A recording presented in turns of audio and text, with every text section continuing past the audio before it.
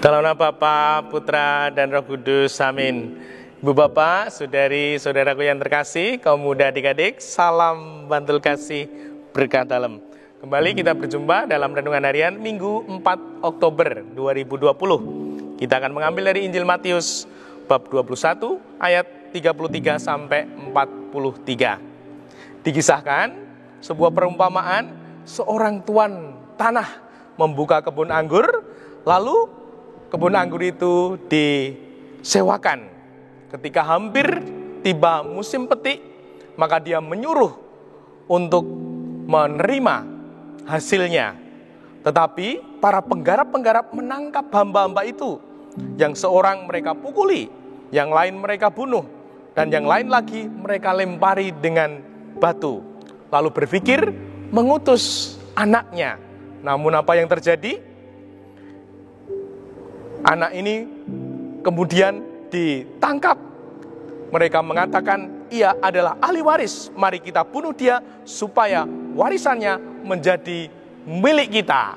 Wah, ini kisah yang sungguh-sungguh mengerikan dan sungguh sangat kejam.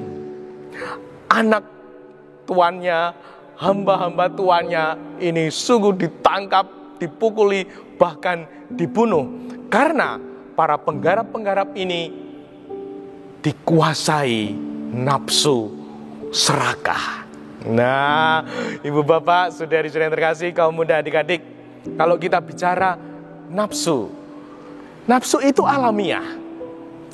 Nafsu makan. Nah, kalau tidak punya nafsu makan, maka makan sate serasa makan tempe. Nah, namun kalau sungguh-sungguh punya nafsu makan, baru menikmati makanan, makan tempe serasa makan sate.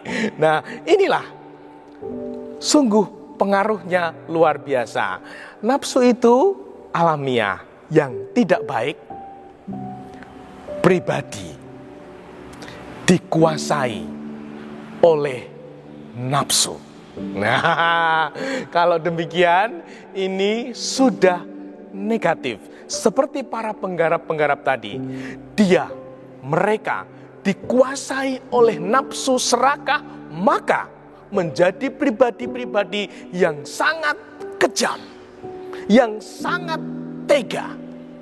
Nah, maka kita semua punya nafsu-nafsu itu. Semoga tidak menguasai hidup kita. Kita bisa menata, bisa mengelola, bisa memilih dan menentukan langkah hidup kita.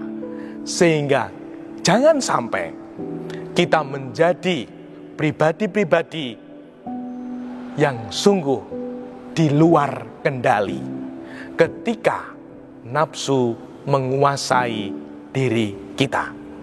Untuk itu, pribadi-pribadi yang sungguh-sungguh diinginkan Tuhan adalah pribadi-pribadi yang mau melihat diri, yang mau selalu menyadari diri bahwa aku ini manusia yang lemah, bisa dikuasai oleh nafsu. Maka awareness, sadar diri, aku ini lemah dan membutuhkan Allah. Maka pribadi-pribadi yang dekat dengan Allah, dia sungguh-sungguh bisa mengendalikan dirinya.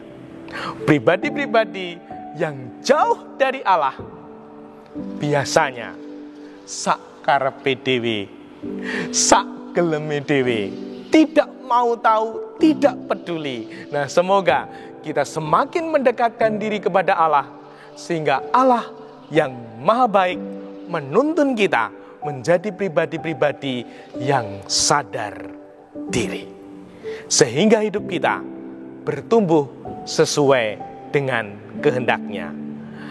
Dimuliakanlah Tuhan kini dan sepanjang masa. Salam bantul kasih berkah dalam.